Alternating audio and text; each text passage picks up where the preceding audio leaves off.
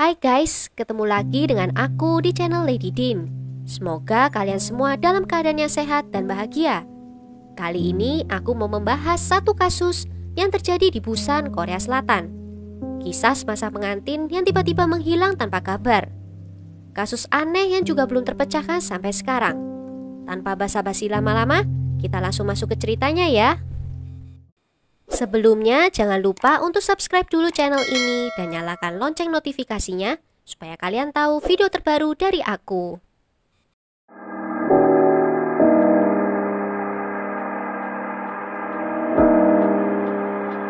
November 2015, Chon Min-gun and Choi Sung-hee. Artis teater Choi Sung-hee yang cukup terkenal di daerah Busan juga mengajar akting di sebuah sekolah sambil mempersiapkan pertunjukan teater yang akan datang. Beberapa sumber menunjukkan bahwa dia sedang mengandung. Suaminya Jeon Min-gun yang juga berusia 35 tahun memiliki sebuah restoran. Mereka menikah di bulan November 2015 dan menghilang di bulan Mei 2016. Hanya 6 bulan setelah mereka menikah di Busan, Korea Selatan. Pada 27 Mei 2016, Choi Sung-hee terlihat di sebuah minimarket setelah menyelesaikan kelas drama. Kamera keamanan di apartemen tempat mereka tinggal merekamnya sekitar pukul 11 malam sambil memegang tas belanjaan dan bertingkah normal. Sekitar jam 3 pagi pada tanggal 28, suaminya juga tertangkap kamera lift. Menurut teman-teman dari pasangan itu, dia hanya minum di bar dan kemudian kembali ke rumah. Ini adalah terakhir kali mereka terlihat. Pada tanggal 31 Mei, polisi dipanggil oleh ayah Jeon Min-gun. Dia merasa khawatir karena putranya tidak membalas pesan dan telepon dari keluarga. Polisi pun memeriksa ke dalam apartemen pasangan itu. Saat memasuki apartemen, semuanya tampak normal. Tidak ada tanda-tanda kekerasan yang terjadi di sana. Beberapa barang pribadi seperti paspor, ransel, dokumen pribadi, dan laptop keduanya tidak ditemukan. Semuanya tampak normal. Tetapi pasangan pengantin baru itu menghilang dengan sendirinya. Di dalam unit apartemen juga ada anjing peliharaan mereka yang tertinggal sendirian. Dan kotoran dari anjing itu tercecer di mana-mana.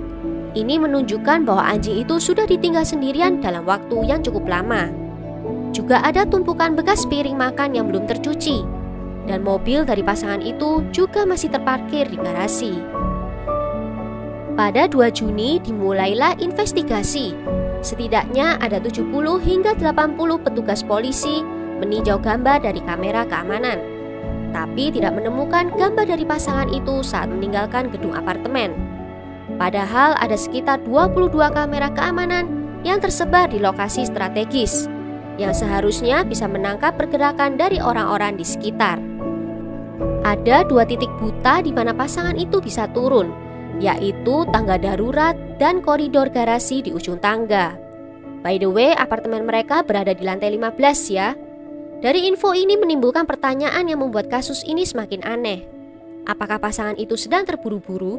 Dan bagaimana mereka bisa tahu posisi yang tepat sehingga tidak tertangkap kamera? Polisi pun menginterogasi keluarga dari pasangan itu. Polisi menjadi terkejut mengetahui kalau pasangan itu masih berhubungan dengan beberapa orang. Choi Sung-hee mengirimkan pesan teks ke teman kerjanya pada 28 Mei di pukul 23:56.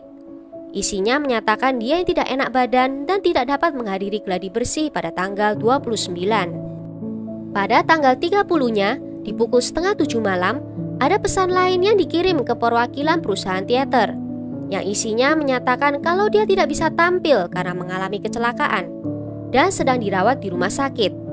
Tapi saat pesan itu mau dibalas, telepon dari Choi Sung-hee sudah tidak aktif lagi. Di hari yang sama, si suami menelpon pegawainya di restoran dan mengatakan kepadanya kalau dia mempunyai janji di hari itu. Dia meminta pegawainya untuk menutup restoran pada hari itu. Dan di tanggal 31, ada panggilan keluar dari handphone istrinya ke kantor teater. Suara orang yang menelpon itu terdengar seperti suara Jeon Min-gun. Dia mengatakan kalau istrinya tidak bisa ikut tampil karena masih dalam tahap pengobatan.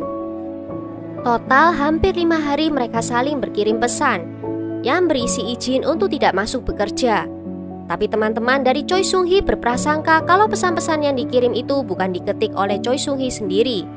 Di Korea ada beberapa tingkat formalitas dalam berbahasa. Dalam pesan-pesan yang diterima itu, semuanya sangat formal, berbeda dengan kebiasaan Choi Sung-hee saat berkomunikasi dengan rekan kerjanya.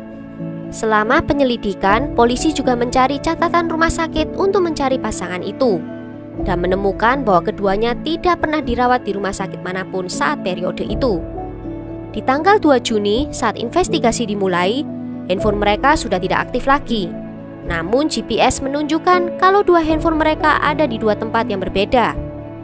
Handphone dari John Min-gun berada di Busan, sedangkan handphone istrinya berada di Seoul, sekitar 330 km jauhnya. Pesan terakhir terkirim ke ayah dari John Min-gun yang menyatakan kalau semuanya baik-baik saja. Polisi menetapkan mantan kekasih dari John Min-gun bernama Jang sebagai tersangka. Konon berdasarkan laporan dari teman dekat mereka, kalau si mantan pacar itu menunjukkan perilaku yang tidak stabil dan obsesi yang tidak sehat ke John Min-gun. Beberapa kali dia juga mengirimkan ancaman kepada pasangan itu melalui pesan teks. Jang sempat menikah 2 kali setelah hubungannya dengan John Min-gun berakhir. Pernikahannya pun yang pertama hanya bertahan 1 bulan saja. Di tahun 2014, dia menikah lagi dan pindah ke Norwegia. Dan dia pun sempat mengalami keguguran yang membuat psikologinya terganggu. Di periode ini, ancaman terhadap pasangan Sung-hee dan Min-gun semakin meningkat. Saking ketakutannya, pasangan ini sampai menyewa jasa keamanan saat upacara pernikahan mereka. Karena ada beberapa pesan berisi kalimat yang bunyinya seperti, "Saya tidak akan pernah menerima pernikahan ini dan Anda tidak akan pernah bahagia." Dan pada saat pasangan pengantin itu menghilang, Jang saat itu sedang berada di Korea. Dia berusaha sembunyi dari keluarganya. Dia juga hanya melakukan pembelian dengan uang tunai. Dan setelah itu, dia juga sempat meminta uang 10 juta won atau sekitar 120 juta rupiah ke ibunya. Dia mengatakan ke ibunya akan pergi berlibur ke Afrika. Jang dipanggil ke Korea untuk menjawab beberapa pertanyaan tentang kasus tersebut. Dia pun memberikan alasan untuk mengelak, seperti tingginya biaya tiket pesawat.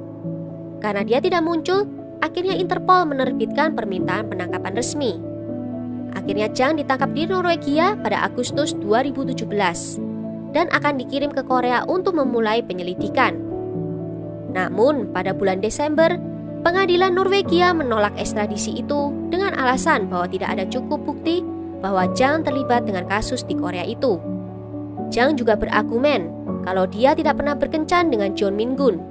Ini sangat bertentangan dengan apa yang dikatakan oleh teman mereka. Ibu dari John Min-gun bahkan sampai melakukan perjalanan ke Norwegia untuk mencari Jang dan menanyakan langsung.